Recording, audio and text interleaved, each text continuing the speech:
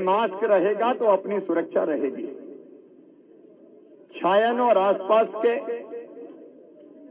राजगढ़ विधानसभा के, खिलचीपुर विधानसभा के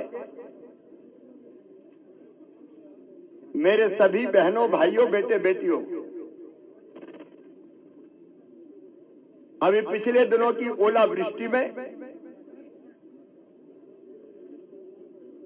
किसानों की फसलें तबाह और बर्बाद हो गई है। अभी मैं सरसों का खेत देख के आया हूं, ऐसा लगा जैसे हार्वेस्टर से काट दिया हो, ठूंठ भी नहीं बचे। पूरी तरह से फसल बर्बाद हुई है। मैं किसान का दर्द जानता हूं, तकलीफ पहचानता हूं।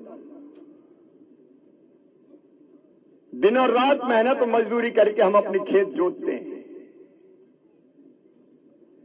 खाद डालते हैं, बीज डालते हैं, पानी से नहीं पसीना से सींचते हैं, पसीना से अपने खेतों को। और उसके बाद अगर आई फसल बर्बाद हो जाए तो किसानों की तकलीफ और दर्द की कोई सीमा नहीं होती। लेकिन आज मैं छायन पूरे क्षेत्र से ये कहने आया हूं, कष्ट और परेशानी है, लेकिन चिंता मत करना, कोई भी गांव के हो, इस संकट के पार शिवराज आपको निकाल के ले जाएगा। ऐसी परेशानी और मुसीबत में आपका पूरा साथ देने आया हूं। अभी सर्वे का काम चल रहा है, कलेक्टर यहां है। कब तक सर्वे पूरा हो जाएगा?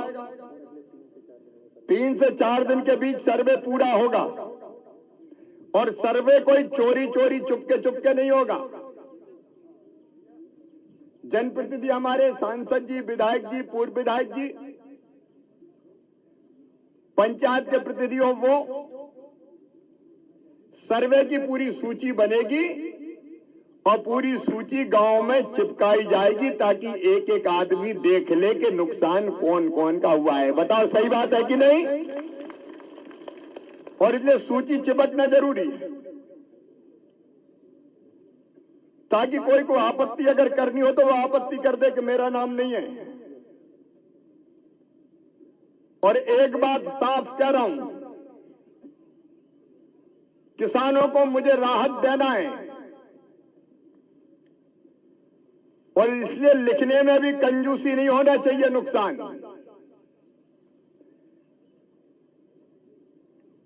हर हालत में मुझे राहत देना है। देने वाला यहां खड़ा है, आप लिबरली नुकसान का आकलन कीजिए ताकि राहत की राशि हमारे किसानों को मिल सके।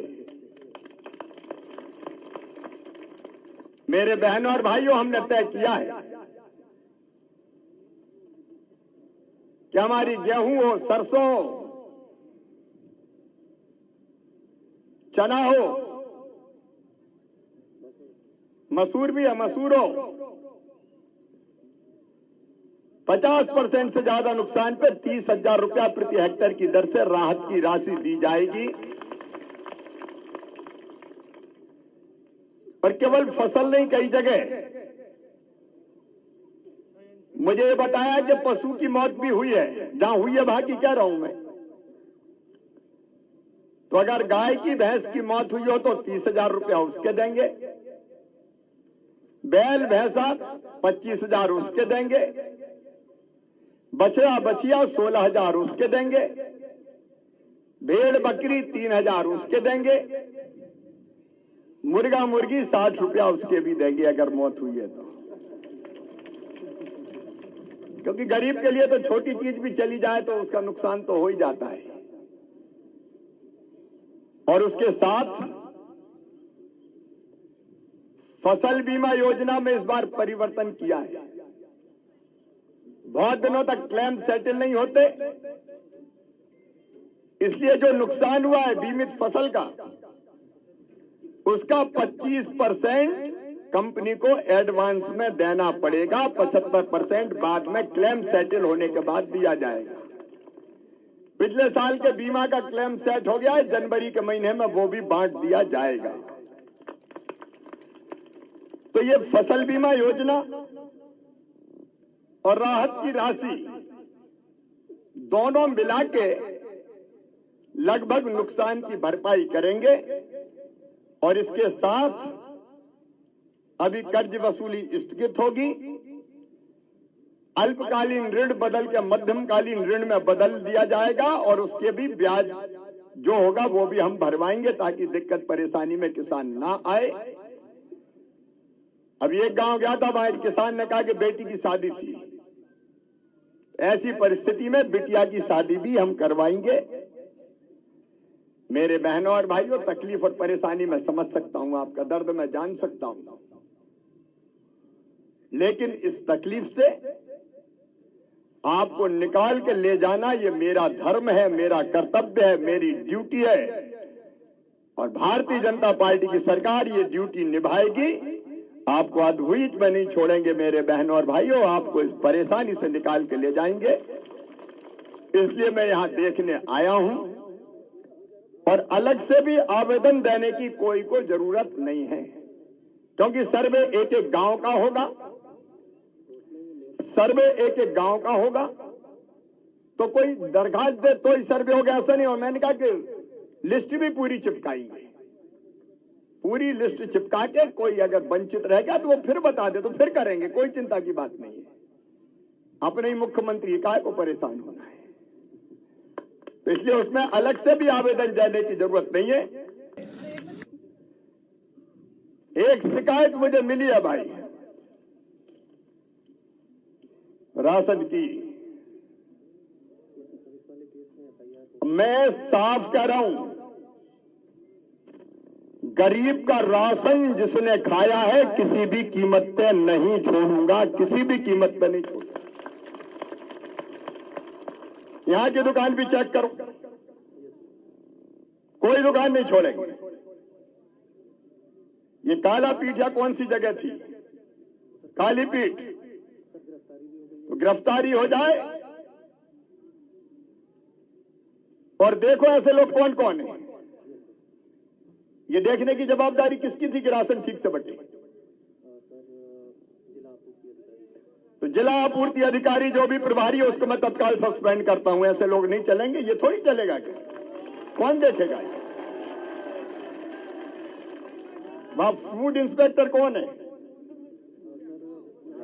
जो भी है फूड इंस्पेक्टर वो भी सस्पेंड। ये तमाशा थोड़ी चलेगा कि कोई भी खा जाए। ये इलाका मेरा गरीब इलाका है और इस पूरे इलाके में मेरे बहनों और भाइयों, एक व्यक्ति को 5 किलो महीना मोदी जी भिजवा रहे हैं निःशुल्क। 5 किलो राज्य सरकार दे रही है और पता चला कि 10 किलो के बजाय एक का देकर छुट्टी पाओ। एक एक को नहीं छोड़ूंगा, सबको जेल भिजवाऊंगा, कोई बच नहीं सकता। और कलेक्टर को पर्यवेक्षण ठीक से करना पड़ेगा।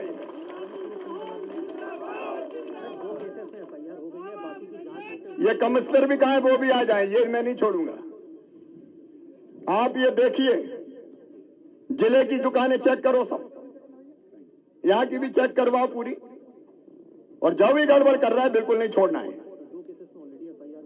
जितने भी हो एफआईआर करो, जेल भेजो। और एफआईआर का मतलब जेल जाना होना चाहिए, बचना नहीं होना चाहिए कोई। ये थोड़ी चलेगा कि कोई भी खाती के बराबर कर दे। बेईमानों को नहीं छोड़ूंगा किसी भी कीमत में। और ये सारी दुकानों का, राजगढ़ जिले की सारी दुकानों का को चेक करवाइए। कमिश्नर पर्यवेक्षण करे, कलेक्टर करवाए, और ट्रांसपेरेंटली ठीक से बंटना चाहिए, इसकी सुनिश्चित व्यवस्था करो।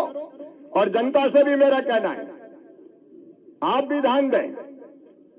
अपने कार्यकर्ता खड़े होकर क्यों नहीं बंटवाते? बंटवाएं, यही तो सेवा का काम है। और क्या है सेवा का? तो कोशिश करना चाहिए कि ठीक से बटे सबको। दीनदयाल अंत्योदय समिति बनी कि नहीं बनी, तो उनको जिम्मेदारी देके वो देखे। और 7 तारीख को हर महीने अफसरों की देखरेख में राशन बंटना चाहिए, उसकी ड्यूटी लगना चाहिए ताकि जनता को कोई परेशानी ना हो। और ये मैंने राहत और मुआवजे का बता दिया, आप चिंता मत करना, उसको भी मैं पूरी तरह से आपको राहत दिलवाऊंगा, कोई कसर नहीं छोड़ूंगा। इसका फिर से सर्वे करवा लेंगे, सांसद जी ने मुझे बताया, आप भी बता रहे हो। ठीक है, मैं ले लूंगा। धन्यवाद।